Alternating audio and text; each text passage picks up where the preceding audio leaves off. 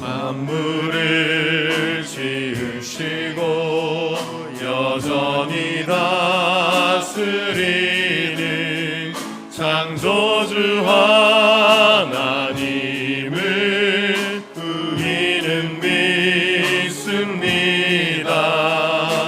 이 시간 함께 모여 우리를 원하시는 사랑의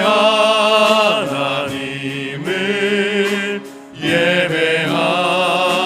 예배합니다. 죄로 멀어진 우리를 위해 이 땅에 오신 어린 양 예수, 길과 진리 생명주를 통해 우리는 나아갑니다. 마음의 소리를 들으시는 주님, 두려움에서 지금 일어나 사랑으로 오라 하시네. 우리의 약함을 잘 아시는 주님, 늘 우리와 동행하시며 참 기쁨과 소망 주시는 주를 예배합니다.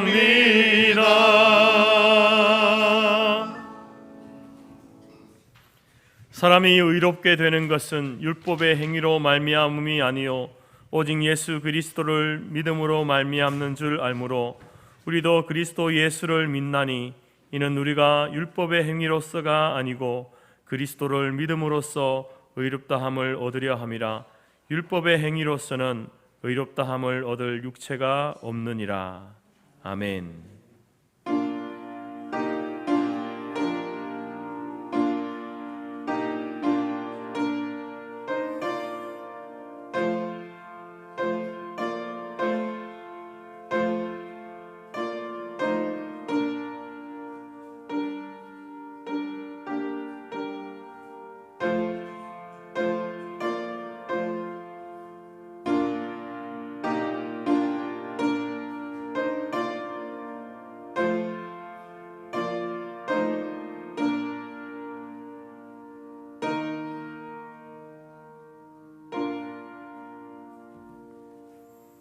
찬송가 29장입니다.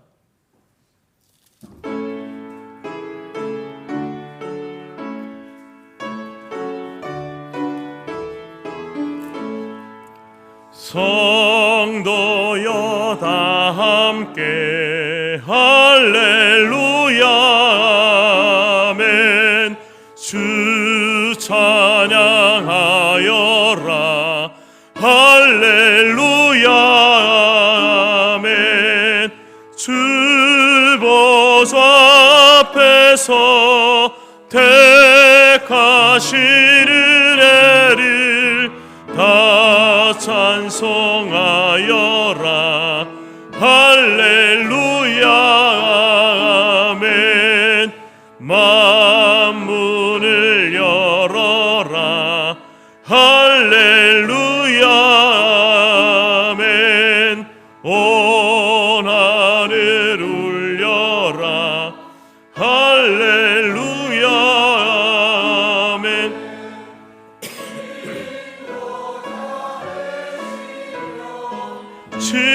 친구가 되신 주 그 사랑 끝없다 할렐루야 아멘. 주 찬양하여라 할렐루야 아멘. 찬양은 끝없다 할렐루야 아멘. 거룩한 집에서 은총 기리며 늘 찬송 부르자 할렐루야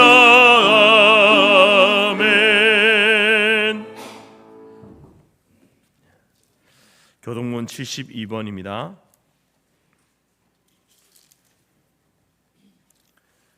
교동문 72번, 이사야 58장입니다.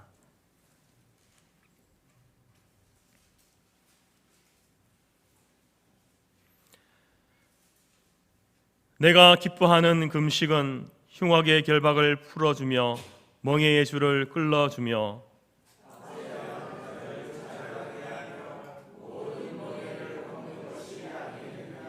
또 줄인 자에게 내 양식을 나누어 주며 유리하는 빈민을 집에 들이며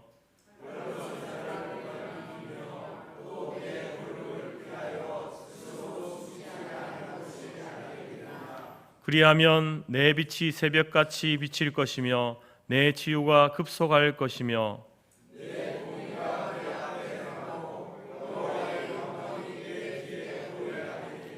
내가 부를 때에는 나 여호와가 응답하겠고 만일 내가 너희 중에서 멍에와 손가락질과 허망한 말을 제하여 버리고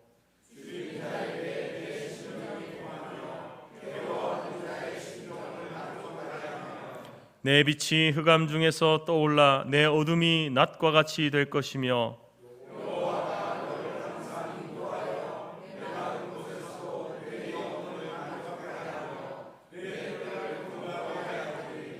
너는 물된 동산 같겠고 물이 끊어지지 아니하는 샘 같을 것이라. 아멘.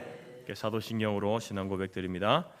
나는 전능하신 아버지 하나님 천지의 창조주를 믿습니다. 나는 그의 유일하신 아들 우리 주 예수 그리스도를 믿습니다. 그는 성령으로 잉태되어 동정녀 마리아에게서 나시고 본디오 빌라도에게 고난을 받아 십자가에 못 박혀 죽으시고 장사된 지 사흘 만에 죽은 자 가운데서 다시 살아나셨으며 하늘에 오르시어 전능하신 아버지 하나님 우편에 앉아 계시다가 거기로부터 살아있는 자와 죽은 자를 심판하러 오십니다. 나는 성령을 믿으며 거룩한 공교회와 성도의 교제와 죄를 용서받는 것과 몸의 부활과 영생을 믿습니다. 아멘. 자리에 앉으시겠습니다. 266장입니다.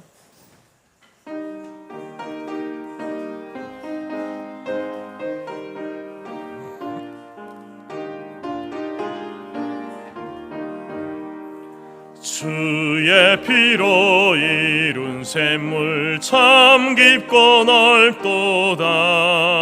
구원하는 그 신능력 다 찬송할지라.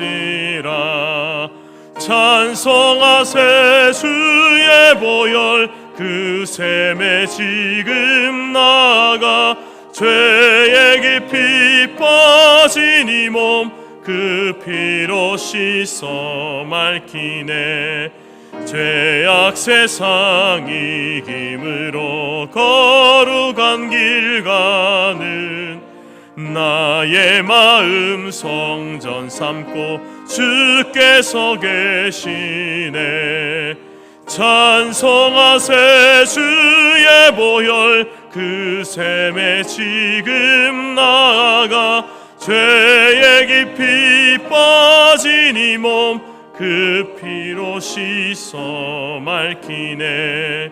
주 예수를 깊이 아는 놀라운 그 은혜 하늘나라 즐거움이 매일 새롭도다.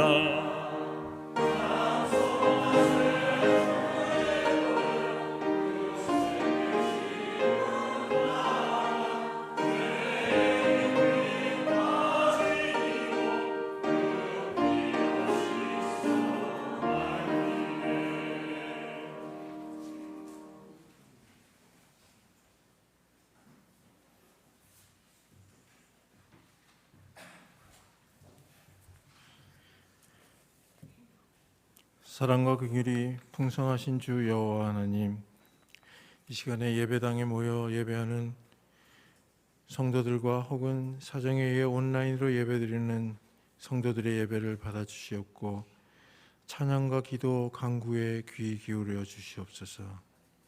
주여, 아름다운 세상과 그 안에 있는 인간들을 창조하시고 복을 주시어 번성하게 하였나이다. 그러나 문명의 발달과 함께 인간의 탐욕과 이기주의도 점점 더 커지고 전쟁으로 인해 무고한 사람들이 죽고 지구 온난화로 환경이 파괴되며 그럴듯한 사이비 이론과 유혹으로 이단의 무리들이 횡행하고 있습니다. 이렇게나 아름답고 문명이 발달한 세상에서 그만큼 기승을 부리는 어둠의 세력은 이제까지 결코 무시할 수 없고 옛날부터 있어오고 현재에도 있는 사탄과 악의 세력임을 깨닫게 됩니다. 주님 주시는 은혜와 섭리 그리고 인생의 참 행복을 깨닫지 못하면 어느 누가 이 싸움에서 이길 수 있으며 어느 누가 이 악순환의 고리를 끊을 수 있겠습니까?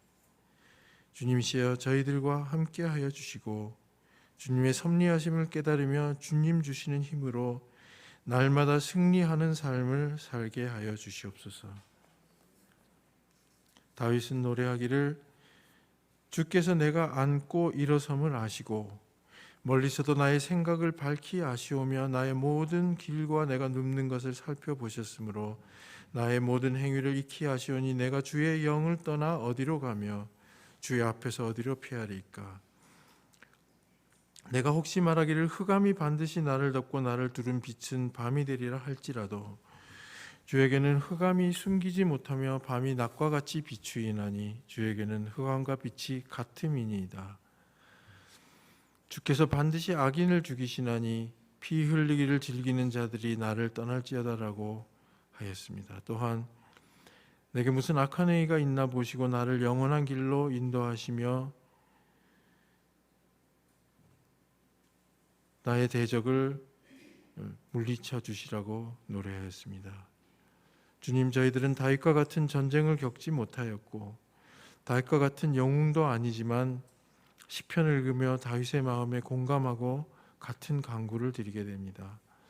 참으로 이 나라를 긍휼히 여겨 주시옵고 기독교의 바른 가치관이 세워지고 위정자들이 하나님을 경외하기를 원하오며 백성들이 근면과 성실을 잃지 않고 인내하기를 기도드리옵나이다. 이단과 사이비 무리들이 설 곳을 잃고 북한에도 신앙의 자유 그리고 인권이 도래하게 하옵소서. 젊은이들 특히 자라나는 세대들의 바른 가치관이 세워지고 깨어나게 하옵소서. 한치암도 예측하기 힘든 상황 속에서 사람의 능력과 지혜로는 다가오는 환난을 극복할 수 없음을 깨닫고 주님의 역사하심을 기다리며 낮아지게 하옵소서. 저희 공동체에도 새 힘을 허락하여 주셔서 주님 주신 사명, 선교, 구제 또 다른 사명들을 잘 감당하게 하옵소서. 수요 예배와 각 기도회의 간구를 들어주시옵고 특별히 기도할 것은 저희 공동체의 6명의 수험생을 위하여 기도하오니 최선을 다해 준비할 때에 주님 주시는 비전을 주시고 그 가운데 자신의 노력과 아울러 하나님의 인도하심을 믿고 순종함으로 하나님 앞에 귀하게 쓰임받는 자녀들이 되도록 기도합니다. 저희 공동체의 가정 하나하나의 어려운 사정들 주님께서 아시오니 주님께서 인도하여 주시고 승리하는 삶 살아가는 저희 성도들 되게 하여 주시옵소서. 남은 순서도 주님께 맡기오며 예수님 이름으로 기도드렸습니다. 아멘.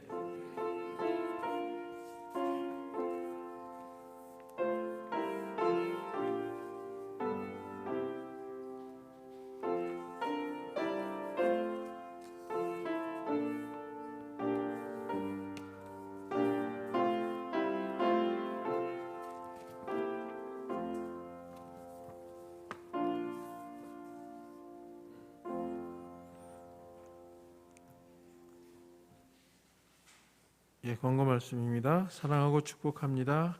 하나님은 영이시니 예배하는 자가 영과 진리로 예배할지니라. 모든 예배 출발은 공적 집회를 부주의하거나 고의적으로 소홀히 하거나 저버리지 않는 것입니다. 공적 예배는 신자의 경건 생활의 중심입니다. 주님 다시 오시는 날까지 주의 성수를 하여 하나님과의 교제, 영원한 안식과 위로를 얻는 성도들이 되시기 바랍니다. 공적 예배 참여를 안 하게 되면 각종 이상한 이론들이 요새 너무 많이 있어가지고 그렇게 문학 작품도 있고 또 사이비 교리들이 많이 있습니다. 그런데 현혹되기가 쉬운 것 같습니다. 공적 예배에 꼭 참석해서 바른 신앙생활이 되기 바랍니다. 새생명 축제 10월 22일 주일에 있습니다. 28명의 기도 대상자들에게 복음을 들을 수 있는 기회를 주시고 36명의 타지 대상자들이 다시 믿음을 회복하고 신앙생활을 하도록 23명의 전도 대상자들이 새생명 축제 때 본교회로 초청될 수 있도록 기도하고 전도하십시다. 전도용품과 초청장이 준비되어 있습니다. 가지고 가셔서 만남과 초청에 유용하게 사용하시기 바랍니다. 제105회 재건총회 내일 월요일 오후 7시부터 12일 화요일까지 재건 낙원로교회 울산에 있는 재건 낙원로교회에서 다음 세대를 세우는 재건총회라고 제목 주제하에 열리겠습니다. 담임 목사님, 김동기 장로님, 우동원 장로님 참석하시겠습니다. 제가 기도도 했습니다만 대입 수능고사를 앞둔 자녀들이 있습니다. 저희 대상은 저희 교회는 6명이 있습니다. 최선을 다해 준비하게 하시고 자기 비전이 아니라 하나님의 비전을 꿈꾸게 하시고 그 가운데 자신의 노력과 아울러 하나님의 인도하심이 있음을 믿고 그 길에 순종함으로 나아가 하나님 앞에 귀하게 쓰임받는 자녀들이 되도록 기도해 주시기 바랍니다. 사랑방 목장 금요일 오전 11시 사랑방 목장 개학합니다. 재건 서울로의 청년부 형제자매 모임이라고 그러는데 지금 광고만 들어서 무슨 모임인지를 잘 모르겠네요. 근데 하여튼 친목을 하고 우리 교단 안에서 청년부 형제자매들이 모여서 같이 친목하고 또 교류를 하고 그런 모임인 것 같습니다. 광명 실내 농구장에서 체육회를 하는 것 같아요. 형제 농구, 자매 농구, 형제 모임, 자매 모임이 있겠습니다. 이 박지선 자매가 서울대학교 치과병원 원내생 진료센터에서 치과 진료 중에 있다 이렇게 광고가 나오는데 이것도 제가 잘 내용을 모르겠습니다. 무료 진료를 한다는 얘기인지 목사님? 무료 진료인데. 예. 기본 진료비는 학생입니다. 예. 그런 싸게 아마 하는 모양입니다. 발치 스케일링, 염증 치료, 충치, 소화 치료, 보철. 그 문의해 주시고 치과 가실 분 있으면은 문의해 주시면 되겠습니다. 서울대학교 치과병원에 있습니다. 초등부실 화장실을 좀 정리를 했네요. 초등부실 화장실이 여성이 쓰게 되고요. 유아 전용, 여성과 유아 전용으로 바뀌었습니다. 남성분들은 외부 화장실과 2층 남성 화장실을 이용해 주시기 바랍니다.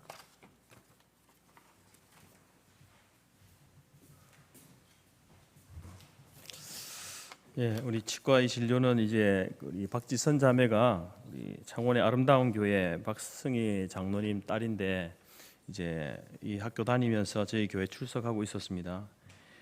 대학원 과정인데요. 이제 마지막 졸업을 앞두고 아마 이제 원내생으로서 진료를 해야 하는 그런 실습 기간 비슷하죠. 그래서 근데 이제 거기에 또 이렇게 할당량이 있는 것 같아요.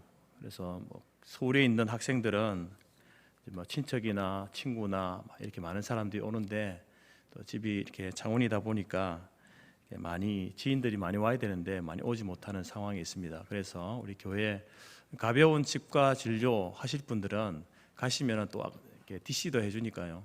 기본 진료비는 원내생이 이렇게 낸다더라고요. 그게 뭐 원칙인 것 같습니다. 그래서 가셔가지고 시간 이렇게 전화하셔서 미리 예약을 하셔야 됩니다. 그냥 가서 되는 게 아니고 예약을 하셔야 되고 하루 전에 예약하셔서 가서 이렇게 치과 진료를 받으시면 좋겠습니다.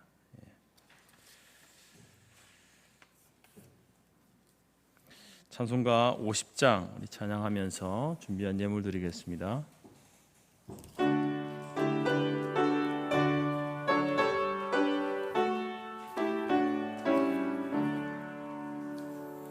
내게 있는 모든 것을 아낌없이 드리네. 사랑하고 의지하며 주만 따라 살리라. 주께 드리네, 주께 드리네. 사랑하는 구주 앞에 모두 드리네. 내게 있는 모든 것을 겸손하게 드리네. 세상 욕심 멀리하니 나를 받아주소서. 주께 드리네, 주께 드리네. 사랑하는 구주 앞에 모두 드리네. 내게 있는 모든 것을 주를 위해 드리네. 주의 성령 충만하게 내게 내려주소서.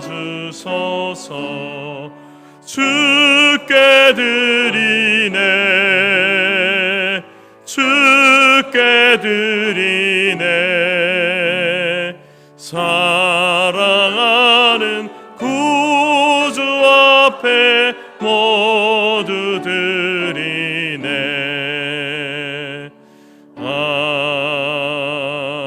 아멘. 그리고 우리 초청장이 나왔습니다. 가지고 가셔서 또 전도 대상자들에게 초청장 이렇게 전달해 주시면 감사하겠습니다. 기도하겠습니다. 하나님 아버지 감사합니다. 하나님께서 우리에게 복된 날 주셔서 또 우리 성도들 함께 하나님을 예배하는 자리로 우리를 인도하여 주셔서 나오게 하시니 감사합니다. 하나님, 우리에게 주신 이 육신과 또 이 영혼, 하나님과의 그 온전한 관계 속에 살지 아니하면 참된 복을 누릴 수 없는데, 웬 은혜로 우리에게 하나님을 알게 하시고 믿게 하시고 그 하나님으로부터 오는 놀라운 그 은혜와 복을 누릴 수 있는 은혜를 주셨습니까? 하나님 아버지 감사합니다. 하나님께서 늘 불꽃 같은 눈동자로 모든 성도의 그 가정과 기업과 직장, 모든 삶의 형편 가운데 함께 하시고 지키시고 보호하시는 은혜 가운데 살았던 저희들, 그 하나님의 은혜를 기억하며 또 주님 앞에 나올 때에 빈손으로 나오지 아니하고 귀한 예물을 드렸습니다. 모든 것이 하나님의 것임을 고백하며 다시 하나님께 돌려드린 것이오니 하나님이 기뻐 받으시며, 또한 주의 나라와 복음을 위해서 쓰임받는 물질들이 되게 하여 주옵소서. 우리들의 손에 쥐어진 것도 죄악된 일에 사용하지 않게 하시고 하나님의 나라와 주의 영광을 위해서 시간과 물질과 재능을 아낌없이 사용하는 청지기의 삶을 살아갈 수 있도록 인도하여 주옵소서. 하나님께서 우리에게 또 그러한 주님 앞에 빈손으로 나오지 아니한 자들에게 하늘의 신령한 복과 땅의 기름진 복으로 채워주셔서 이 땅 가운데서도 하나님의 나라를, 천국을 누릴 수 있는 놀라운 은혜 가운데 살게 하여 주옵소서. 하나님 아버지, 저들이 물질의 궁핍함으로 어려움 당하지 않게 하시고 또 물질이 너무 과도하여서 범죄하는 자의 자리에 나아가지 아니하도록 날마다 저들에게 일용할 양식을 공급하여 주옵소서. 하나님, 육신의 연약함 가운데 있는 지체들을 기억하시고 저들이 육신의 연약함 가운데서도 더욱더 하나님을 신뢰하고 믿음으로 나아가게 하시고 그리 아니하실지라도의 그 믿음으로 살아갈 수 있도록 도우시며 우리의 영적 본향인 천국을 소망하는 가운데에 하나님 주시는 그 은혜를, 치유의 은혜를 누릴 수 있도록 함께하여 주옵소서. 할렐루야 찬양대 찬양을 기뻐 받으시며 우리 장로님 간절한 기도의 소원들 하나님이 들으시고 하나님의 때에 하나님의 방법으로 우리 가운데 응답하여 주실 때에 아멘으로 순종하며 나아가는 우리 모두가 될 수 있도록 인도하여 주옵소서. 감사드리며 예수님의 이름으로 기도드립니다. 아멘.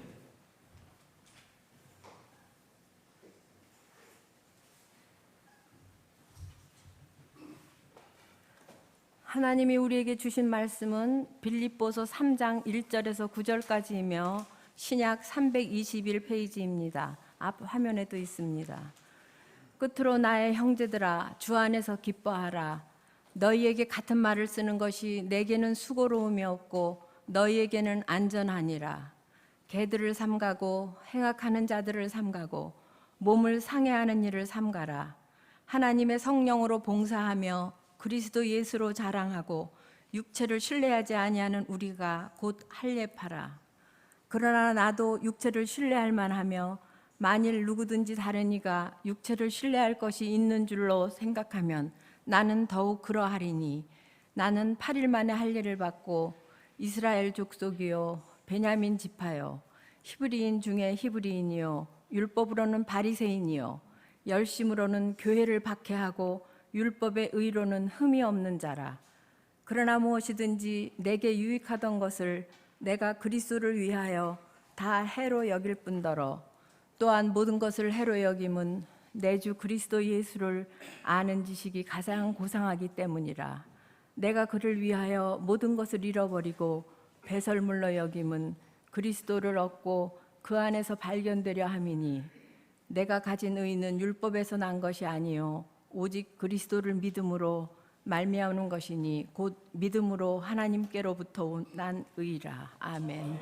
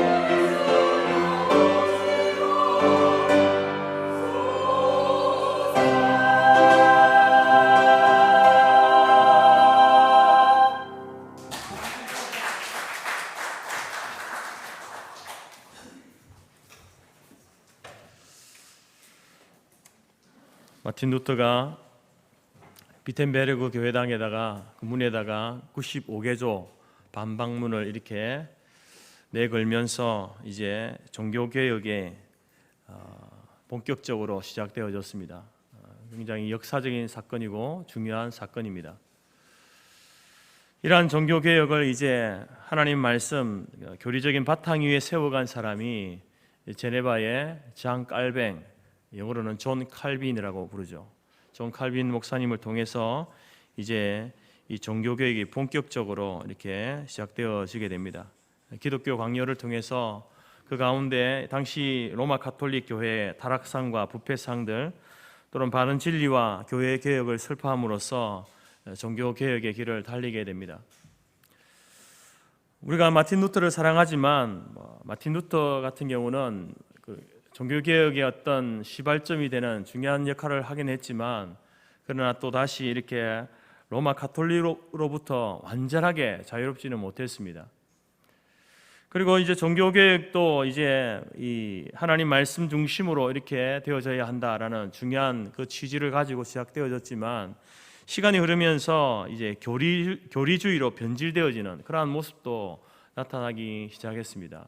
그래서 이제 16세기 당시 이제 이 독일에서는 그런 어떤 교회가 너무 이렇게 관념주의가 되어지고 또 교리주의가 되어지는 그런 모습 가운데 역동성이 사라지는 교회가 해야 할 일을 제대로 하지 못하는 그러한 것에 이제 반발하여서 독일의 슈페너와 프랑케라는 사람을 중심으로 경건주의 운동이 시작되어졌습니다.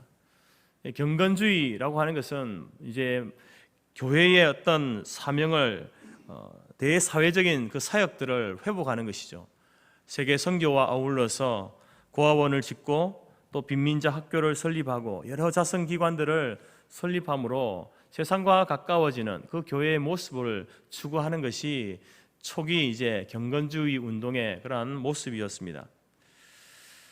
이러한 경건주의 운동의 영향을 받은 사람 중에 진젠도르프라는 사람이 있는데요.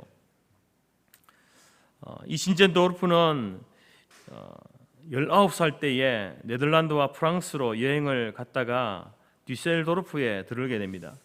어느 화랑에서 그림을 보게 되는데 도미니코 페티라는 화가가 그린 이 사람을 보라 에케 호모라고 하는 그 작품을 보게 됩니다. 이 작품은 이제 요한복음 19장에 나오는 예수님께서 가시관을 쓰신 그 모습을 이제 모티브로 삼아서 그려진 그림이죠. 실제로 십자가를 가시관을 쓰고 계신 예수님을 그린 겁니다.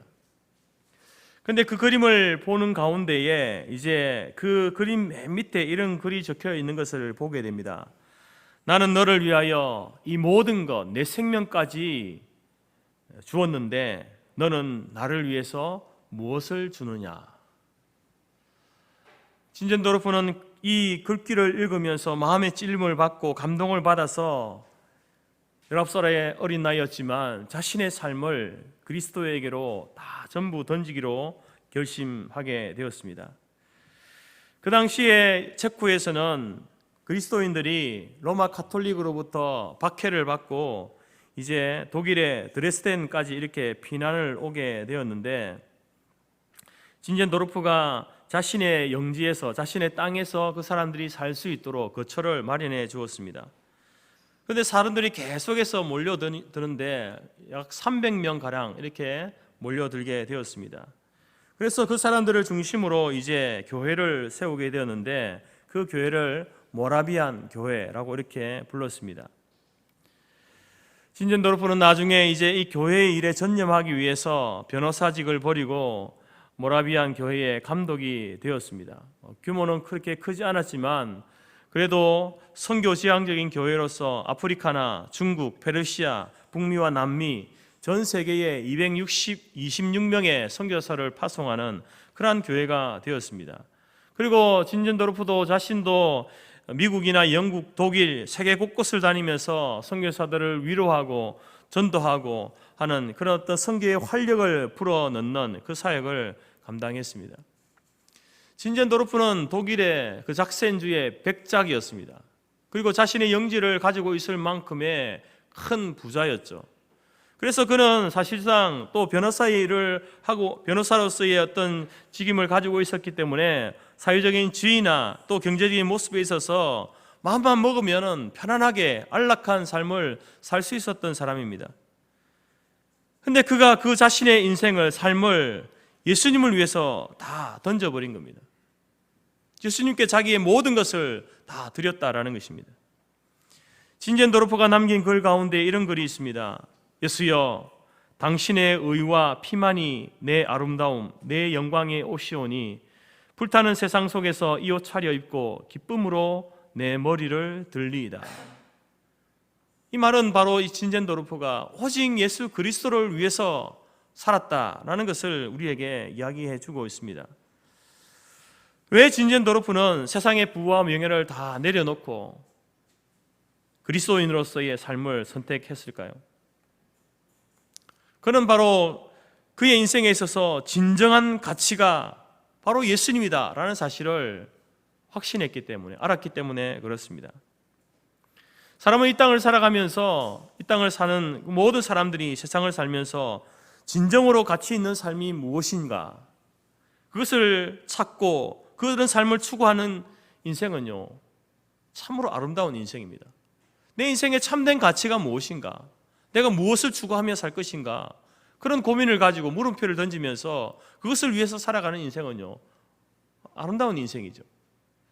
그런데 여러분, 문제는 뭐냐면은 사람마다 추구하는 궁극적인 가치가 다르다라는 겁니다. 어떤 사람은 물질을 최고의 가치로 여기는 사람이 있습니다. 이 자본주의 우리 사회에서 물질이 최고다라고 생각하는 사람들이 많지 않습니까? 어디를 가든지 누구를 만나든지 돈이 있어야 되지, 돈이 있어야 대접을 받지, 돈이 없으면은 천대받는다라고 생각한다라는 겁니다. 그 인간의 가치가 어디에 있는가?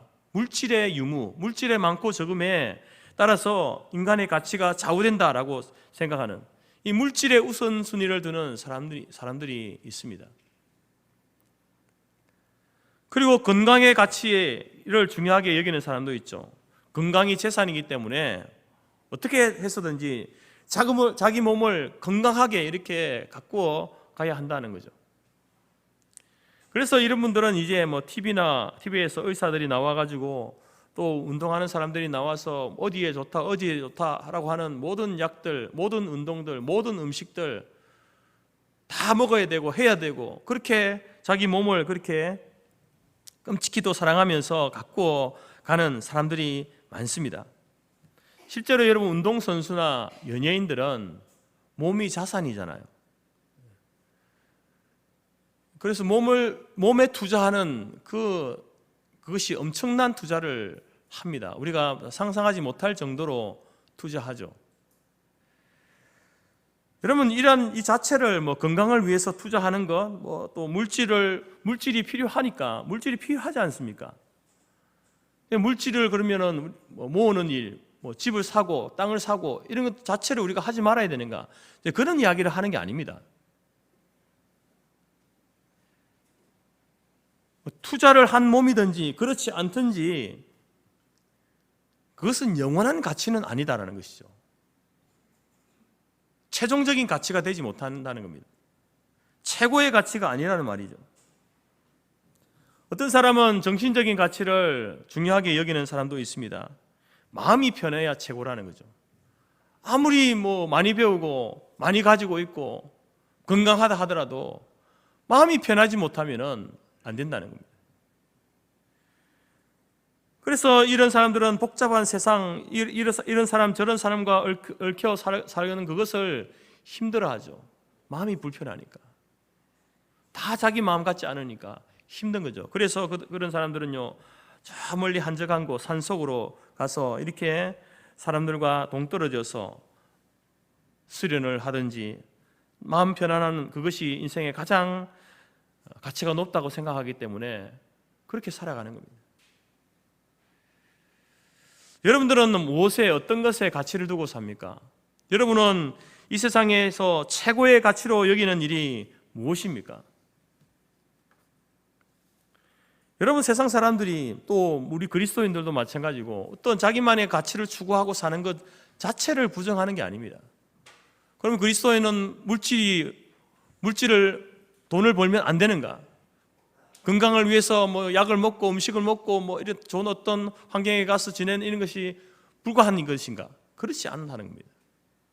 마음의 평안이 중요하지 않다는 말이 아닙니다. 그런 것들이 필요한 것들이고 중요한 것이라고 할 수 있지만, 그러나 여러분, 영원하지 않다는 겁니다. 이 가치를 최고의 가치로, 최종적인 가치로 추구하는 것은요, 그것은 옳지 못하다는 겁니다. 사도 바울은 이 사실을 빨리 깨달았던 사람이죠.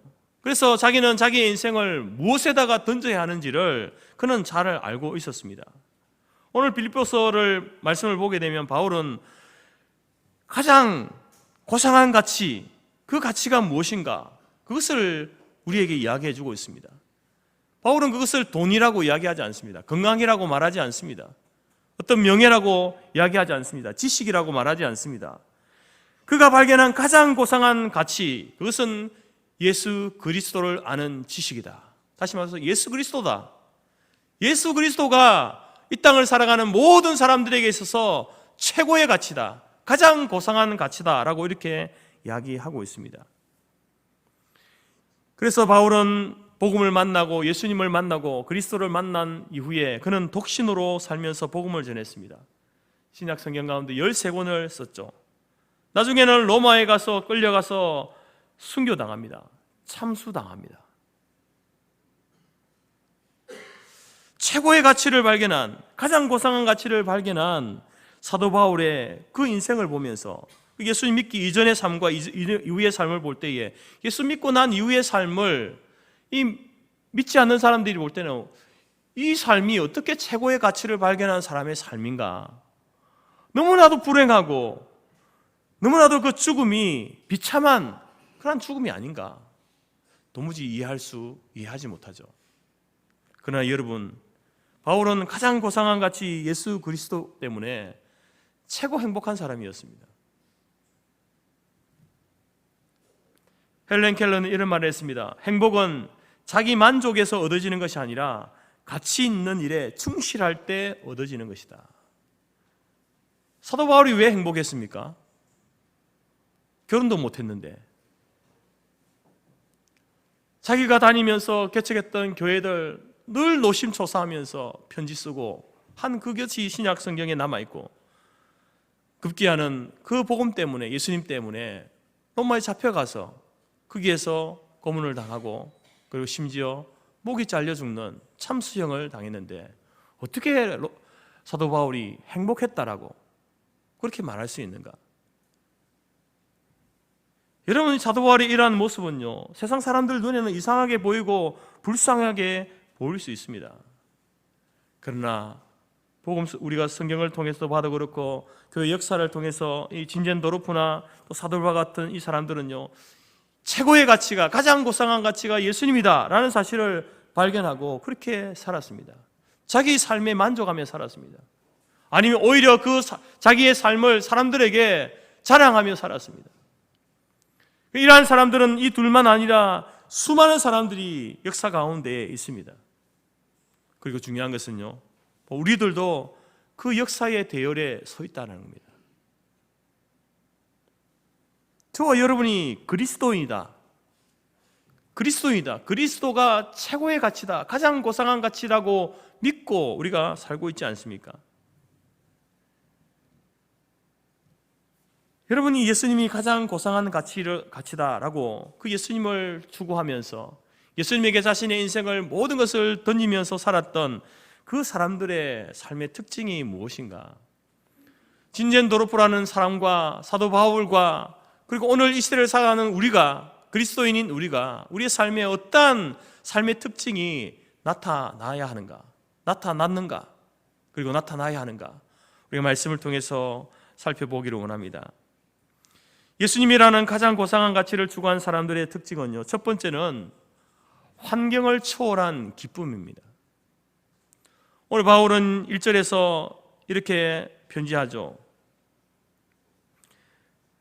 옛날 성경에는 종말로, 이렇게 마지막으로 끝으로 나의 형제들아 주 안에서 기뻐하라. 너에게 같은 말을 쓰는 것이 내게는 수고로움이었고 너희에게는 안전하니라. 다시 말해서 바울은 기뻐하라, 그리스도 안에서 기뻐하라, 기쁨을 명령하고 있습니다. 기쁨을 명령하는 이유는 그리스도인은 여러분 당연히 기뻐해야 될 백성이기 때문에 그렇습니다. 사도 바울이 지금 어디에 있습니까? 사도 바울이 기뻐하라고 이렇게 이야기할 때에 자기는 하나도 기쁘지 않은데, 자기는 절망 가운데 있는데, 자기는 눈물 속에 있는데 편지를 쓰면서 빌립보 교회 성도들을 향해서 기뻐하라 이렇게 말할 수 있습니까? 자기도 기쁘니까, 자기도 예수를 믿고 지금 기쁨 가운데 있으니까 그리스도를 믿는 교회 성도들을 향해서 기뻐하라, 그리스도 안에서 주 안에서 기뻐하라 이렇게 권면하지 않겠습니까? 그런데 여러분, 사도 바울이 정말로 그러면은 그 자기의 환경이 기뻐할 충분한 이유가 되는 그런 환경 속에 있습니까? 바울은 지금 이 편지를 감옥에서 쓰고 있습니다. 감옥에 있는데 뭐가 그리 기쁩니까?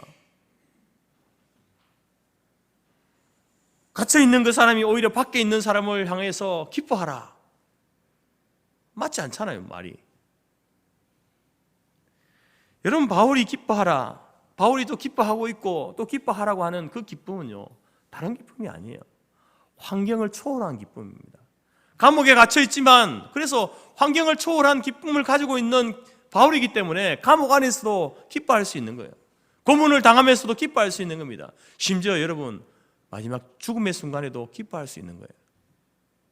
그 기쁨을 빌립보 교회 성도들에게 지금 권면하고 요청하고 있는 겁니다. 바울의 상황을 바울은 이렇게 표현합니다.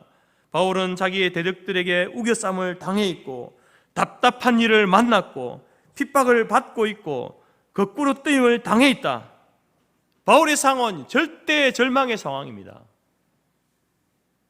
그런데 그 상황에 있으면서 뭐라고 합니까? 우겨쌈을 당해도 쌓이지 않고, 답답한 일을 만나도 낙심하지 않고, 핍박을 받아도 버림받지 않고, 거꾸로 뜨림을 당해도 망하지 않는다. 나는 그렇다는 겁니다. 어떻게 이것이 가능합니까? 여러분이 바울의 상황, 우겨쌈을 당한 답답한 일을 만나 있고 핍박을 만나고 거꾸로 뜨림을 당하는 그런 상황 가운데 있을 때에 여러분 기뻐할 수 있습니까? 사도 바울이 얼마나 대단한 사람이기에, 얼마나 남자답고 용맹하고 대범한 사람이기에 그 절망의 상황에서 이렇게 할 수 있습니까? 대범하기 때문에, 남자이기 때문에, 용기 있는 사람이기 때문에 그게 아닙니다, 여러분. 보배 되신 예수님 때문에 그렇습니다. 여러분, 우리의 인생은요, 바울이 이야기하는 것처럼 우리는 질그릇 같은 존재입니다. 깨지기 쉬운 존재예요. 누구나 마찬가지입니다. 순간순간 낙심하고 절망하는 것이 인생 아닙니까? 우리 자신 아닙니까? 그런데 그러한 인생이 낙심하고 절망할 수밖에 없는 그러한 상황 가운데 있으면서도 우리 하나님께서, 우리 안에 계신 주님께서는 그 순간도 우리를 버리지 아니하시고 우리 하나님 되시고 우리를 찾아와 주시고 하나님을 바라게 하시고 다시 소망을 주시는 분이 주님이시거든요. 그 주님이 내 안에 있고 내가 주님 안에 있으니 여러분, 환경을 초월해서 기뻐할 수 있는 겁니다.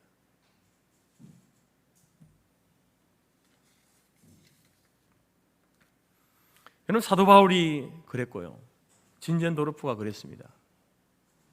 믿음의 선진들이, 우리의 믿음의 선진들이 그랬습니다. 이것이 바로 여러분, 그리스도가 가장 고상한 가치다, 예수님이 우리 인생의 가장 최고의 가치다, 그것을 믿고 살아가는 사람들의 삶의 특징입니다. 오늘 저와 여러분이 그 예수님으로 인하여서 여러분의 삶의 상황이 어떠하든지 상관없이 여러분 주 안에서 기쁨을 누리는 그 복된 삶을 살아갈 수 있기를 간절히 바랍니다.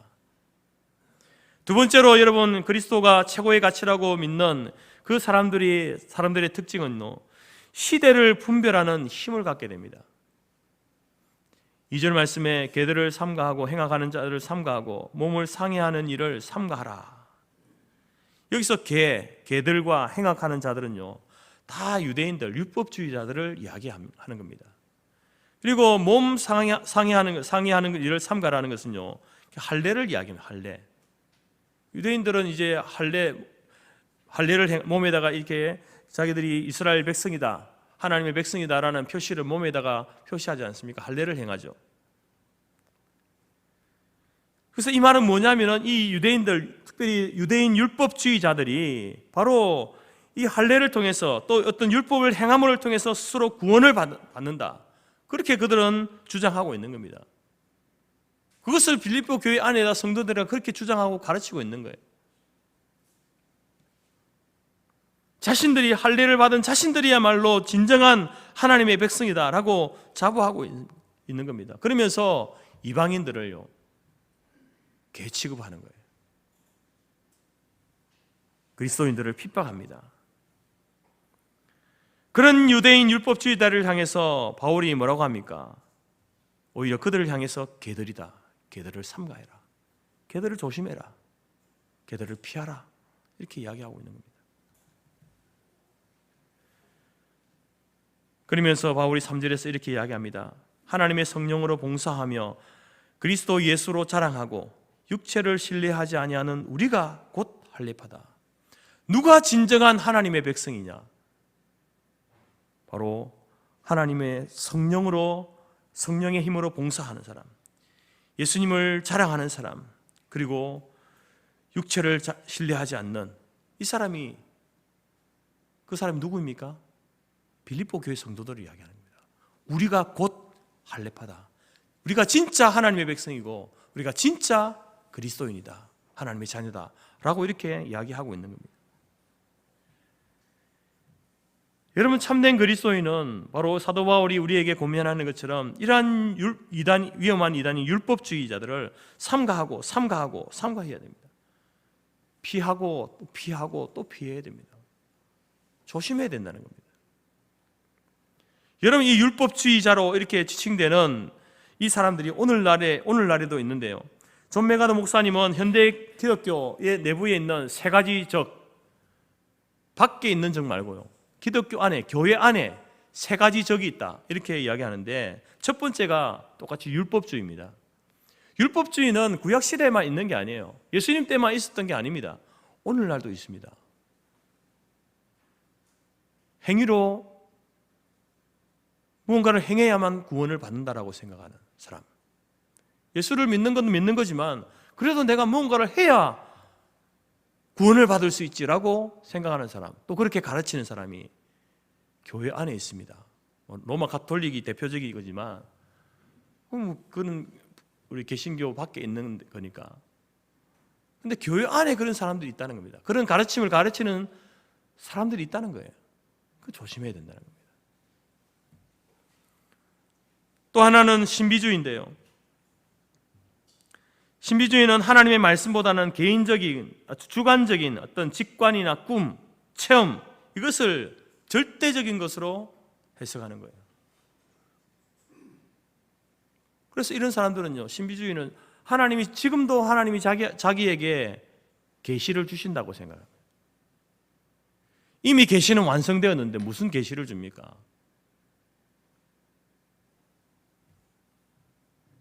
자기 꿈이, 자기의 체험이 성경보다 위에 있는 겁니다.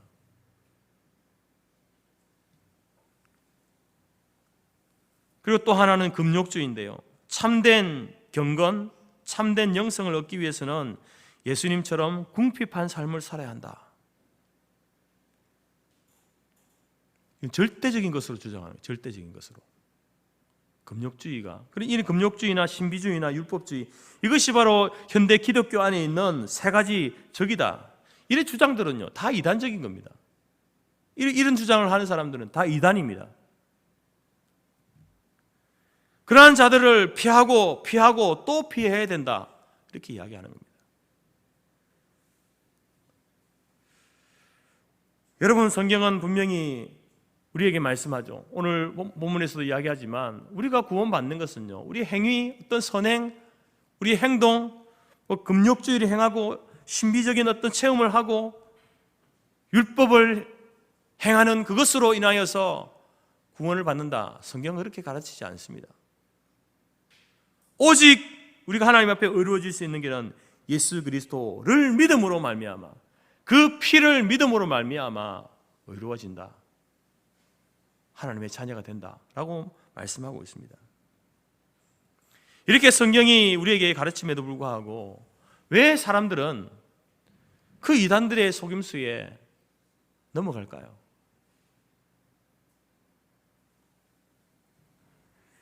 여러분, 이단의 배후에는요, 사단이 역사하기 때문에 그렇습니다. 사단이 역사하니까 하와를 유혹했던 그 마귀처럼 이단들 지금도 아주 교묘하게 사람들을 유혹하는 거죠. 그리스도인들을 유혹하는 겁니다. 근데 더 중요한 것은요, 마귀의 역사로 그렇게 되지만 더 중요한 것은 뭐냐면은 복음에 대한 분명한 이해와 확신이 없기 때문에 그렇습니다. 왜 이단들이 이렇게 이야기할 때 넘어갑니까? 하나님 말씀을 제대로 모르니까 그런 거죠. 그 사람이 말하는 게 지금 뭐가 맞고 뭐가 틀린지를 분별하지 못하니까 넘어가는 거죠. 여러분, 복음보다 율법을 앞세우면 이단입니다.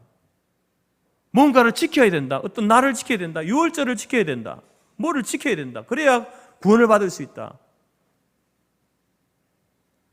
예수님보다 날이나 음식을 앞세우면 이단입니다. 성경보다 인간의 말을 앞세우면 이단입니다. 교회 헌금 많이 해야 구원받는다, 이단입니다. 이런 말을 노골적으로 이렇게 하지 않죠. 이단들은요, 아주 돌려가지고 아주 미화시켜서 이야기합니다.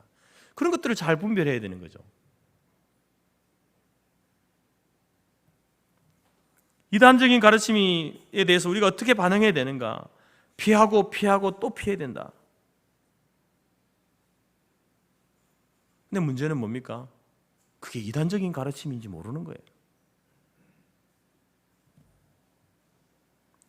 그래서 여러분, 우리가 정말 그리스도 아는 지식을 그 지식을 가장 고상한 가치라고 여기는 사람은요, 진리로 무장하는 거예요. 말씀으로 무장하는 겁니다.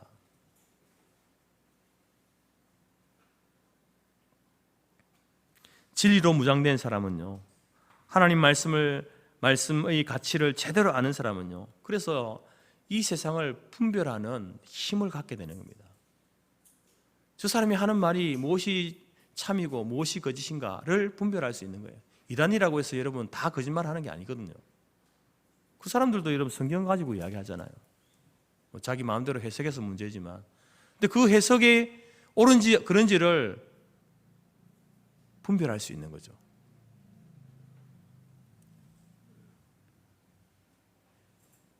그 말씀이 우리 가운데, 진리가 우리 가운데 있게 되면요, 그 진리가 우리의 마음을 지켜주는 거예요. 사람의 어떤 관계나 그런 어떤 인정에 넘어가지 않는 거죠. 저 사람이 참 좋은 사람인 건 알겠지만, 그러나 그 사람이 이야기하는 것이 성경과는 배치되는 이단적인 그런 가르침을 줄 때에 그 사람을 따라가지 않는 겁니다.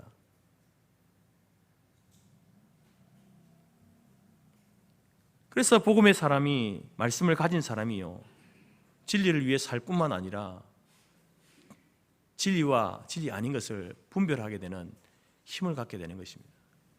그러니까 이단들은요, 조금만 우리가 귀담아 들으면요, 저 사람이 하는 말이 거짓이다라는 사실을 알 수 있습니다. 근데 넘어가는 이유는 진리에 대해서 별로 관심이 없기 때문에 그래요. 말씀을 배우는 일에 욕심이 없기 때문에 그렇습니다. 열정이 없기 때문에 그래요.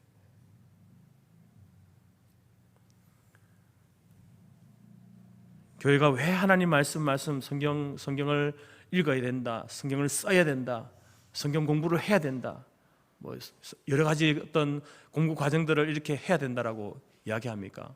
아니, 예전에 다 했던 건데, 여러분들이 뭐 50년, 60년 예수 믿은 사람은 성경 공부 한 번 안 해본 사람이 있습니까? 다 했잖아요. 근데 또 해야 된대요.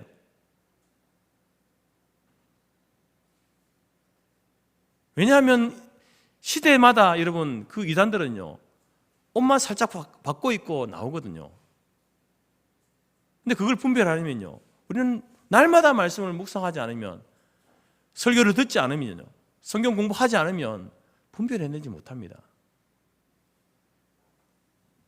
그래서 우리도 뭐 예배 드리는 것도 계속해서 드려야 되지만 설교 듣는 것도요. 그래서 매주 드려야 되는 거고 매일 드려야 되는 것이고 성경 공부도 죽을 때까지 해야 됩니다. 그런 사람만이 여러분 이 세상을 분별하는 힘을 갖게 되는 것이죠. 저와 여러분들이 말씀을 소중하게 여기고 그 말씀을 잘 배우고 진리 가운데 있어서 여러분 이단들, 우리를 미혹하는 이단들을 잘 분별하는 그 미혹에 빠지지 않는 우리 모든 성도들이 될 수 있기를 바랍니다.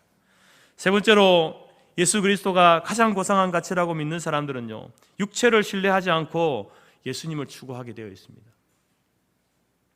4절 말씀 보십시오. 그러나 나도 육체를 신뢰할 만하니 만일 누구든지 다른 이가 육체를 신뢰할 것이 있는 줄로 생각하면 나는 더욱 그러하리라. 그 율법주의자들이, 유대인들이 이야기하는 이야기가 자기의 자랑을 자꾸 이야기하는 거죠. 나는 율법을 잘 지키고 있다. 나는 유대인이다. 나는 바리새인이다. 나 이런 이야기를 하니까 바울이 생각할 때 그러면 그렇게 육체를 신뢰할 만하다고 한다면 나는 너보다 더 많다. 내가 더욱더 그러하다. 라고 이렇게 이야기하는 겁니다. 여러분, 바울은요, 실제로 정말로 육체를 신뢰할 만한 조건을 두루두루 갖춘 사람이 사도 바울입니다. 그래서 5절과 6절 말씀을 보게 되면요, 자기 자신을 소개하죠.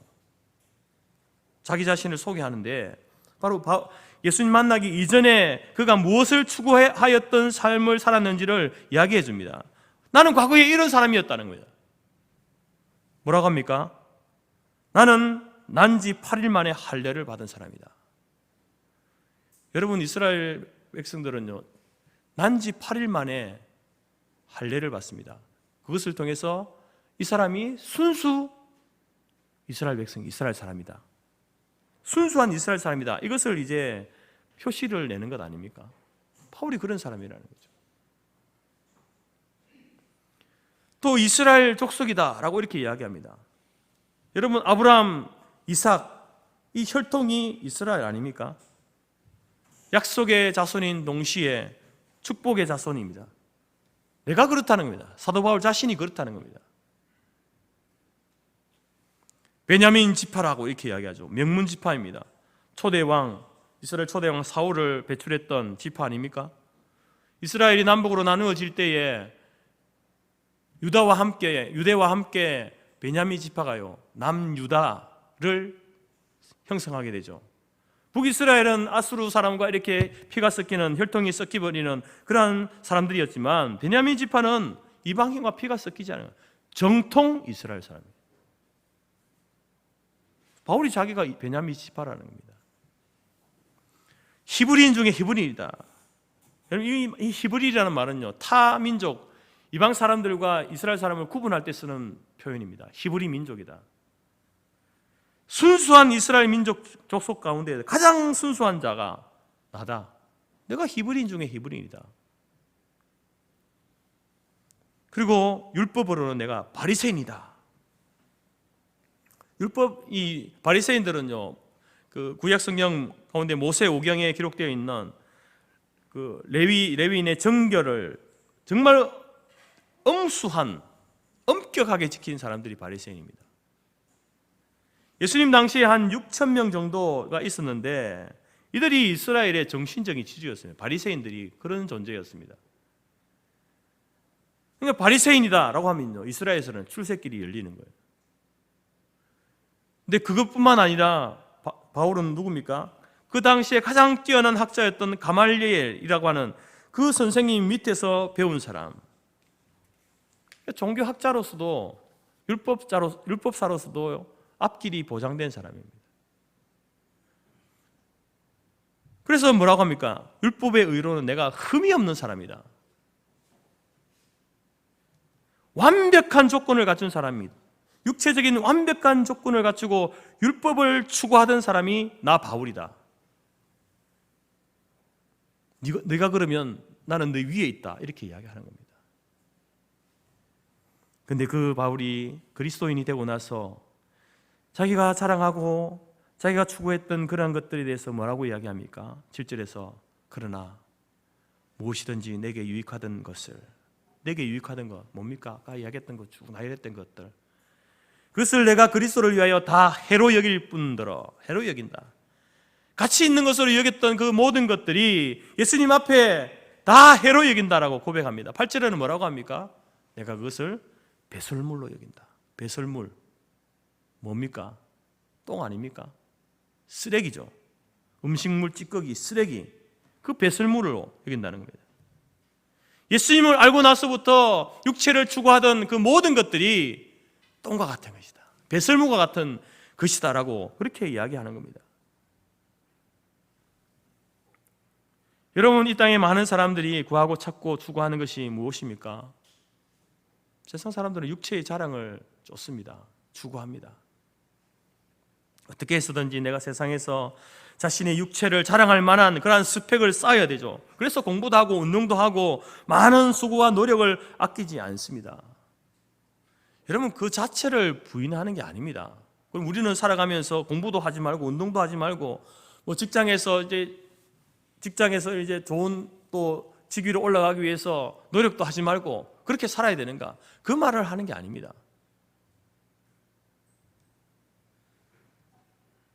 그것이 중요한 가치를, 사람들이 가치를 가지고 살고 있지만, 그러나 그것은 궁극적인 것이 아니다. 최고의 가치가 아니다. 더 나은 가치가 있다. 가장 고상한 가치가 있다. 그것을 이야기하는 겁니다. 여러분, 금 좋아하시죠? 금값이 요즘 금값인데 진짜 금보다 더한 것이 뭡니까? 다이아몬드 아닙니까? 다이아몬드가 더 가치가 있지 않나요? 그리스도인은요, 값진 진주를 발견한 사람이에요. 썩지 않고 쇠하지 않는 영원한 하늘 보물, 가장 고상한 가치인 예수 그리스도를 만나고 발견한 사람, 그 사람이 바로 그리스도인입니다.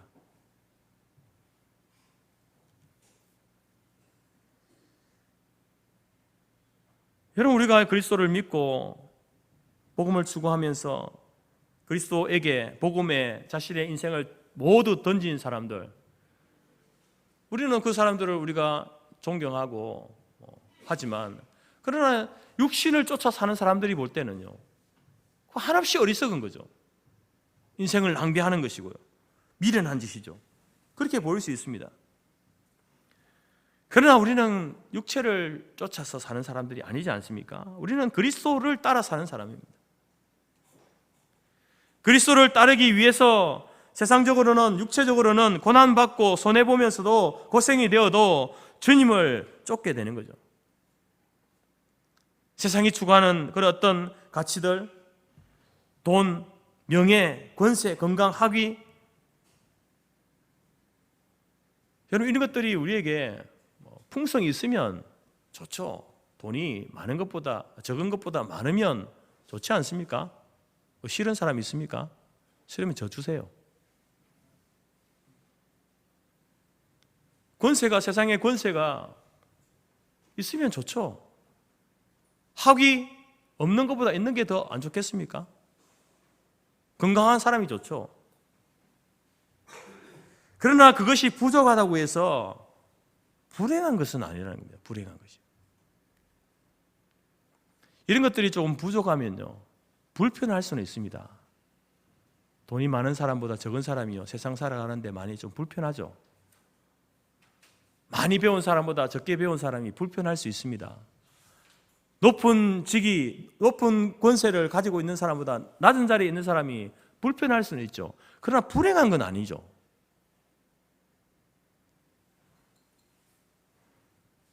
그러나 여러분, 오히려 세상의 것을 추구하다가 예수 그리스도를 놓치면요, 그 사람은 세상에서는 편하게 살 수는 있지만, 그러나 여러분, 그 사람이 진짜 불행한 사람이죠.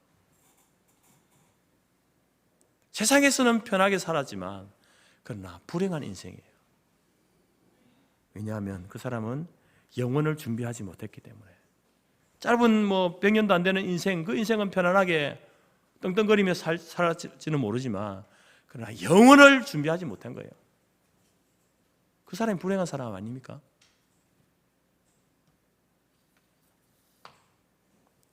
하루 기분 좋자고 한 달을 아파야 하는 일을 하겠습니까? 하루 배부르기 위해서 1년을 배고픈 일을 해야 되겠습니까? 세상을 육체를 쫓는 것이 바로 그런 거라는 거죠. 거기에 최고의 가치를 두고 궁극적인 가치를 두고 살아가는 사람들은요, 영혼을 준비하지 못하기 때문에 그 사람이 진짜 미련한 사람이고 어리석은 사람이다라는 겁니다. 여러분들은 어떤 가치를 추구하고 있습니까? 혹시 불편을 참지 못해가지고 불행을 선택하고 있지 않습니까? 여러분, 우리는 불편을 감수하더라도, 이 땅에서의 불편을 감수하더라도 참된 행복, 참된 가치 대신 예수 그리스도를 선택하는 저와 여러분의 삶이 되기를 간절히 바랍니다. 여러분, 우리가 오늘 설교 제목처럼 가장 고상한 가치는요, 예수 그리스도이십니다. 예수 그리스도를 아는 지식입니다. 그 지식이 있을 때에, 예수 그리스도 안에 있을 때에 여러분, 우리에게도 상황을 뛰어넘는 기쁨이 있는 거예요. 돈 없어도, 건강하지 못해도, 높은 학력 없어도 기뻐할 수 있는 겁니다. 감옥에 있어도, 심지어 여러분 자기 목숨이 달려있는 그러한 상황 속에서도 기뻐할 수 있는 삶이 그리스도인의 삶이라는 겁니다. 뿐만 아니라 악한 세상에 이단에 미혹되지 않는 분별력을 가지고 영적 순결함을 지켜나가는 사람이 바로 이런 사람입니다. 육신만 들어오지는 것이 아니라 우리 영적인 순결함도 잃어버릴 수 있는 거죠. 그 영적 순결함을 지켜나가는 사람은 누굽니까? 예수 그리스도가 참된 가치고 가장 고상한 가치라고 믿고 그분의 말씀을 깊이 파고 연구하고 말씀에 대한 열정을 가지고 예배에 대한 열정을 가지고 나오는 사람, 이런 사람들이 여러분 그 순결함을 지켜나갈 수 있는 겁니다. 그리고 육체를 신뢰하지 말고 여러분, 이런 사람들은 고상한 가치 대신 예수 그리스도를 이제 자랑하고 선전하는 삶을 사는 겁니다. 이것이 바로 여러분, 예수님이 가장 고상한 가치입니다, 그렇게 고백하고 살아가는 사람들의 삶의 특징이에요. 여러분 삶은 어떻습니까? 이런 삶을 살고 있습니까? 상황을 뛰어넘는 기쁨 가운데 있습니까? 아니면 상황에 따라 이리 변하고 저리 변하고 이리 휘청 저리 휘청하면서 살고 있습니까? 육체의 순결뿐만 아니라 영적 순결까지 온갖 것에 다 빼앗겨버리는 그런 삶을 살고 있지 않습니까? 자기 돈은 자랑하고 자기 권세는 자랑하고 자기 이름은 내면서도 예수 그리스도를 선전하거나 자랑하는 일에는 인색한 그런 삶을 살고 있지 않습니까? 오늘 저와 여러분들이 다시 한번 사도 바울이 고백했던 것처럼 가장 고상한 가치, 그 가치가 바로 그리스도를 아는 것이다. 예수 그리스도이다. 이전에 내가 중요하게 여겼던 것들, 가치 있다고 생각했던 모든 것들은 배설물에 불과하다. 나는 이제 그리스도 그분을 위하여서 살아가겠다. 그분을 증거하고 선전하는 도구로 사용하겠다. 도구로 쓰임받겠다. 그런 결단과 각오가 오늘 저와 여러분 가운데 있기를 간절히 바랍니다. 기도하겠습니다. 하나님 아버지, 오늘 우리에게 우리 인생 가운데 가장 고상한 가치가 무엇인지 사도 바울의 입술을 통하여서 우리에게 알려주시니 감사합니다. 예수 그리스도를 아는 지식이, 예수 그리스도가 모든 인생에 있어서 최종적인 가치이고 가장 고상한 가치임을 알아서 예수 그리스도에게 우리 인생 전부를 내던질 수 있는 저희들이 될 수 있도록 도와주옵소서. 그래서 우리에게도 상황을 뛰어넘는 기쁨을 주시고 또한 모든 더럽고 혼잡한 세상 가운데서 영적 순결을 지켜가게 하시고 혼탁한 세상 가운데 예수 그리스도를 자랑하고 선전하는 삶을 살아가는 우리 교회와 모든 성도들이 될 수 있도록 도와주옵소서. 예수님의 이름으로 기도드립니다. 아멘. 찬송가 94장입니다.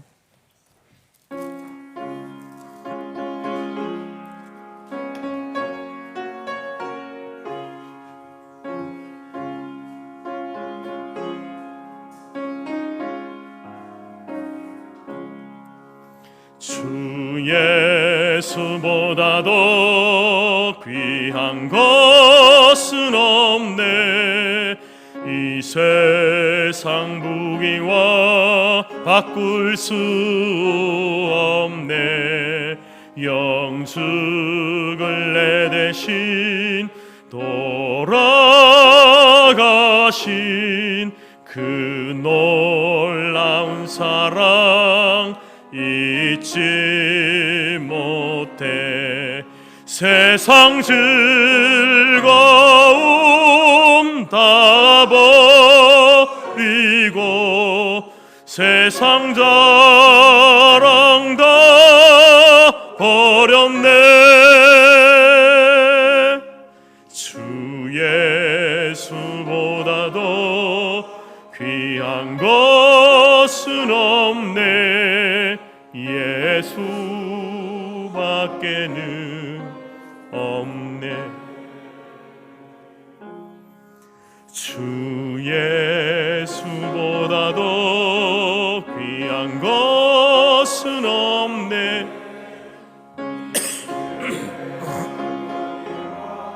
바꿀 순 없네. 이전에 즐기던 세상 일도 주 사랑하는 마음 뺏지 못해. 세상 즐거움 다 버리고 세상 자랑 다 버렸네. 주 예수보다 더 귀한 것은 없네. 예수밖에는 없네. 주 예수보다 더 귀한 것은 없네. 이 세상 행복과 바꿀 순 없네. 유혹과 핍박이 몰려와도 주 섬기는 내 맘 변치 않아. 세상 즐거움 다 버리고 세상 자랑 다 버렸네.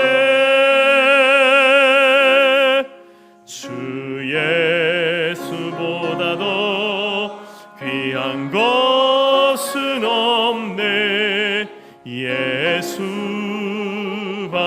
예수밖에는 없네. 축복 기도하겠습니다. 지금은 우리 주 예수 그리스도의 은혜와 하나님 아버지의 크신 사랑과 성령의 교제 교통 충만케 하신 은혜가 가장 고상한 가치 예수 그리스도를 아는 것입니다. 예수 그리스도 그분에게 인생 전부를 내던지고 살기로 마음에 소원하고 작정하는 모든 주의 백성들 머리 위에와 그들의 가정과 기업과 자녀와 우리가 속한 성도교회와 재건재단 위에 지금부터 영원토록 함께 있을지어다. 아멘.